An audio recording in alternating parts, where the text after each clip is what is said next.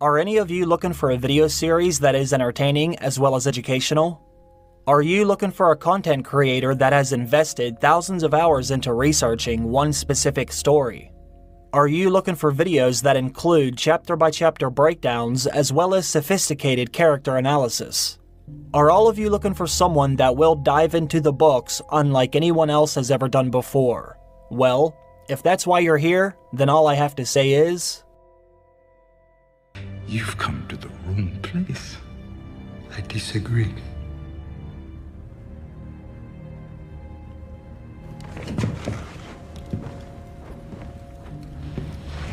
I've come to the perfect place. The realm. Do you know what the realm is? It's the 1,000 blades of Aegon's enemies. A story we agree to tell each other over and over till we forget that it's a lie. What's up, ladies and gentlemen? Welcome back for another A Song of Ice and Fire video. Well, my friends, I have finally decided to take your advice. I will be shifting my focus from the Game of Thrones TV show over to the A Song of Ice and Fire books. This is something that many of you have been asking me to do for quite some time. I hope that this video series can be a learning experience for all of us, especially for those of you who have not read any of the books. That's one of the reasons why I decided to do this. Now, I know there are so many of you who would love to read the books, but for whatever reason you haven't been able to do that yet. What I basically want to do is go through each of the books chapter by chapter and explain what is happening in my opinion or from my perspective. Even if you haven't read them, I'm sure you already know the books and the show are very different from one another. Let's keep it real though, the books are way better. Now, if you are someone who has already read the books over and over again, someone who might even consider themselves to be an expert, then these videos will not necessarily be for you. I basically just want to give the non-book readers an idea of what is happening in each of the books. Now, keep in mind, I know nothing. If you have been a subscriber of mine for many years, then you already know I have done videos like this before. I have made videos about some of my favorite chapters from the books, but I have never done anything like this before. I really hope all of you join me and support me during this very long ride. So without further ado, how about we get started? Let's go ahead and have a look at Book 1, Chapter 0, also known as A Game of Thrones Prologue. The first book does start off very similar to how the show's first episode did, but as always, the show left out so much information from the scene. We start off out beyond the wall in the haunted forest, as we are first introduced to 3 men of the Night's Watch. The Night's Watch is a military order dedicated to guarding the wall and defending the realms of men from what lies beyond. According to legend, the Night's Watch was founded over 8,000 years ago at the end of the Long Night. This is when it is said that the others, also known as the White Walkers, invaded Westeros from the lands of Always Winter. The others were finally defeated by the Night's Watch during what is known as the Battle for the Dawn. For nearly 8,000 years, the White Walkers were thought to be extinct, but these 3 men of the Night's Watch will soon learn in this chapter that they are back for vengeance. Now, what you don't learn from watching this show is these men have been out here for over a week. In the show, it seems as if all of this happened shortly after they leave Castle Black, but in the books, they have been riding for 9 days. They have been riding north and northwest, and then north again, farther and farther from the wall, in search of a band of wildling raiders. Each day had been worse than the day before, and this day was the worst of all. You will find out why soon enough.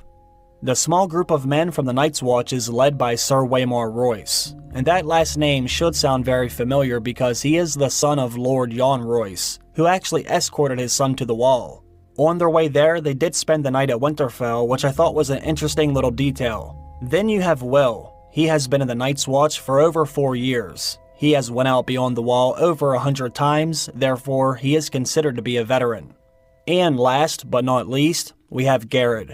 Now Garrett has the most experience of them all. He has been in the Night's Watch for over 40 years. He's lived at Castle Black and been out beyond the wall for over half of his life. Garrett had actually lost his ears, 3 toes, and 1 of his fingers to frostbite. And I mentioned this because you need to remember it for another chapter. Now, although Sir Waymar Royce is leading the mission, he has only been in the Night's Watch for about 6 months. Since he is a knight, and he does come from an ancient house, you can see how he was able to become a ranger immediately. He definitely isn't afraid to flex his muscles either. He does not give these other men any bit of slack. These other men have so much more experience than Waymar Royce, but he challenges everything they say. He does not want to go back to Castle Black a failure after his very first mission. I do understand the desire to succeed, but sometimes you should take the advice from more experienced men. Unfortunately for Sir Waymar Royce, his decision to ignore their advice will cost him his life. In this chapter, Garrett and Will are frequently expressing their concerns about the mission. They have been out beyond the wall more times than they can count, yet something about this night has them very afraid. In fact, Will even says he has been in the Night's Watch for 4 years, and he has never been so afraid as he is now. They mention how they feel like someone or something is watching them. You know that feeling you get when you're home alone, and you hear a noise, and you convince yourself that someone has broken into your house? Or when you're alone, walking somewhere at night, and you get that feeling that someone is right behind you, but you don't want to look back? Yeah, that feeling. This is what Garrett and Will are experiencing all day. They know something bad is about to happen, yet they are unable to prevent it from happening because Waymar Royce refuses to abandon their mission. You see, just like we saw in the show, Will was the one that discovered the dead wildlings first. He said he found their campsite only a couple miles away from where they are now. When he got there, he saw 8 lifeless bodies in the snow, men and women, but no children. Now, in the TV show, the crime scene did look very different. The bodies had been arranged into a symbol that was left by the White Walkers, but that does not happen in the books. They do not leave any symbols. In fact, their bodies were not moved at all. Will said it seemed as if some of them had just fallen from where they were standing. He did not see any blood. The only reason he even knew they were dead is because he was watching them for a long time. They did not move. He said, no man ever lay so still. Now, as I was saying before, Will and Garrett do not want to be out there anymore. Since the wildlings they were tracking are now dead, they think it's time they go back to the wall. Garrett even says Lord Commander Mormont sent us out here to track them down, and that's what we did. Garrett thinks it's the cold weather that killed the wildlings. He should know since he has the experience. Also, Will said he did not see any blood. Therefore, them dying by the cold weather does seem reasonable. But that's until Waymar Royce reminds them about the wall. He says it's not cold enough for that to happen because the wall is weeping, which basically means the weather isn't below freezing because water is running down the wall. It's melting. He also reminds them these dead wildlings are wearing leather and fur. They also have shelter and the means to make a fire, so there's no way they froze to death. Something else had to have happened, and Sir Waymar Royce wants to investigate. Will and Garrett now have no choice but to follow his commands, but if it were up to them, they would already be riding back to Castle Black. They know something bad is about to happen. They can feel it coming in the air tonight. Just like how we saw in the show, Will leads the way, since he was the one who found them. When he returns to where the bodies were, his heart nearly stops in his chest. Everything looks exactly as it did before, only now the bodies are gone. This obviously makes no sense to Will. How could they have moved when they were dead? And even if they were somehow alive, why would they leave behind their valuable weapons? Will notices the axe is still laying in the snow, and he knows the wildlings would not leave that behind. Therefore, something very strange is happening. Now, Sir Waymar Royce definitely isn't heading back to the wall because he believes these men are still alive. Therefore, they have to keep tracking them down. Like I said, he doesn't want to go back to Castle Black as a failure.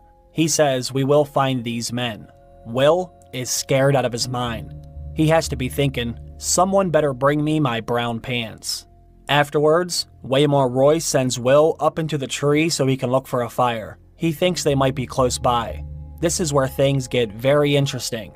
This scene in the books is very different from the show. As Will is climbing up in the tree, he hears Waymar Royce call out, "Who goes there?" Will could hear uncertainty in his voice. The woods then gave answer. The rustle of leaves, the icy rush of the stream, a distant hoot from a snow owl. The others, however, made no sound.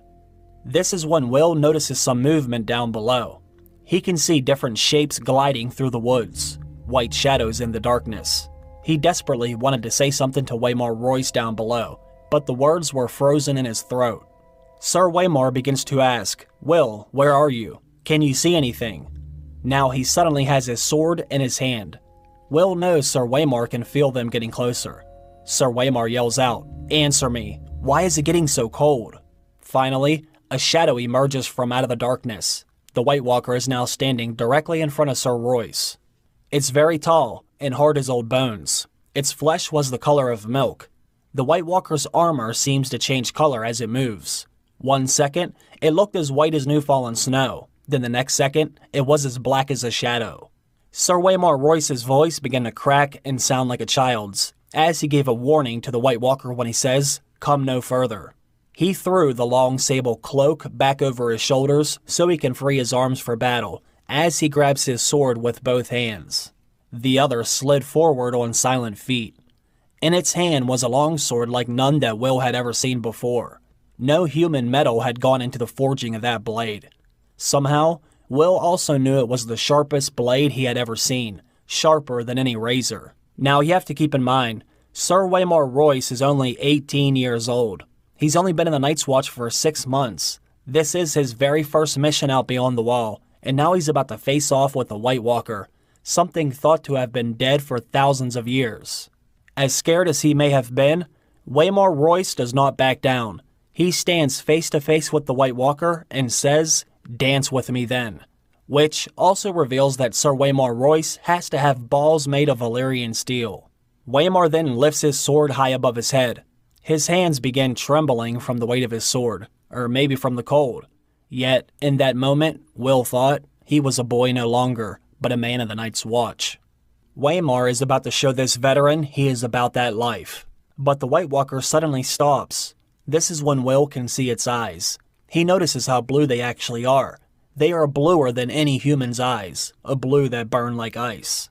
The White Walker fixes his eyes on Waymar's sword, that's held high above his head. Then several more White Walkers begin to emerge from the darkness.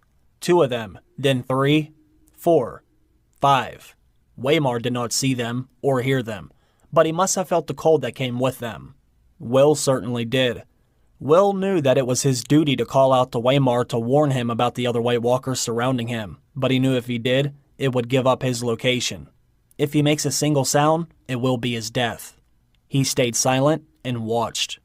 The White Walker's blade suddenly moves through the air. Sir Waymar met it with steel. When the blades clashed against each other, it did not sound like metal hitting metal. It sounded like an animal screaming. For a few moments, Waymar does hold his own. He is able to check blow after blow, although he is taking steps back after each one. After another flurry of blows, he had to fall back again. Now what's interesting is, all of the other White Walkers do not interfere at first. They just stand there silently, watching. Several moments go by again, as their swords continue to clash. By now, Sir Waymar is getting very tired, whereas the White Walker seems to be moving with ease. The White Walker does eventually strike Waymar right under his arm, causing him to bleed. This is when the White Walker says something in a language Will did not know. His voice sounded like the cracking of ice on a winter lake. The words were mocking.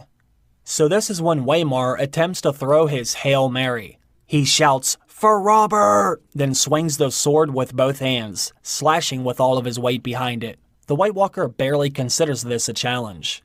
Only this time, when the blades meet, the steel shatters. The sound of the sword breaking echoes throughout the forest night. Waymar falls down on his knees. Now all the White Walkers move together, as if a signal had been given. Almost like they are machines that have been given an order. This is very interesting, leading me to believe there is someone or something commanding them, similar to how we saw in the show. Now the Night King has yet to be revealed in the books, but I think there may be one. And if he's not the one controlling all of them, then I think it has to be the Children of the Forest or Bloodraven. But I will get into all of that later, when we examine one of the chapters that have more evidence for that.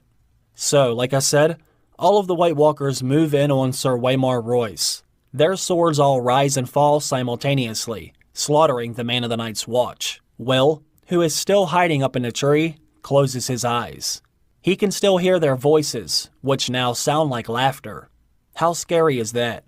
They seem to be enjoying cutting this man to shreds. But after a while, Will finally opens his eyes again. He notices Waymar's body laying face down in the snow. He finds what is left of his shattered sword. He grabs it with the intention of taking it back to Castle Black, hoping this would prove what happened.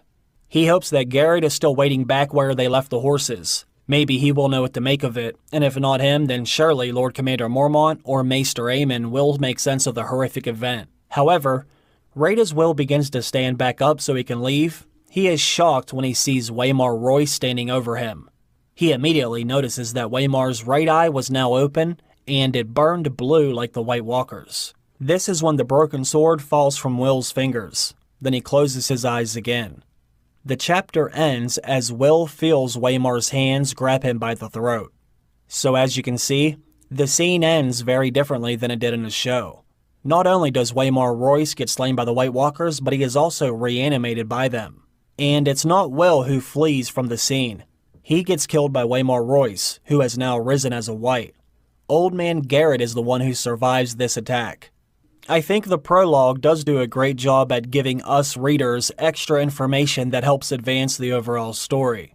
We now know this will not simply be just a Game of Thrones between the various houses of Westeros. Now we know there is this supernatural underlying threat that could jeopardize life in the Seven Kingdoms as we know it. The White Walkers are back, and they made a great first impression that shows they are a force to be reckoned with. The opening scene essentially sets the tone for the entire series, which is one of the reasons why I love it so much. I think it was an amazing way to open up a story or television show for that matter. If this doesn't leave you wanting more, then I don't know what will. Obviously, this is only a small glimpse of what's to come later. Now, most of you should know I love to make a lot of theories about how I think things will end, but I don't want to start revealing any of that just yet, since this is only an introduction to the series. I will say this though, my theories for how the books end are very different from what my theories were for how the show ends, for obvious reasons. Like I said earlier, I will start to get into that stuff once I get to some of the other chapters that helps back up some of my ideas for the endgame. For those of you who have not read the books, I hope the video gave you a good idea of what happens at the beginning of the Game of Thrones book. Either way, I really hope you all watch the next video. I want to thank everyone for stopping by to check out this first one. I appreciate that as always. Have a great day. I will see you very soon. Bye.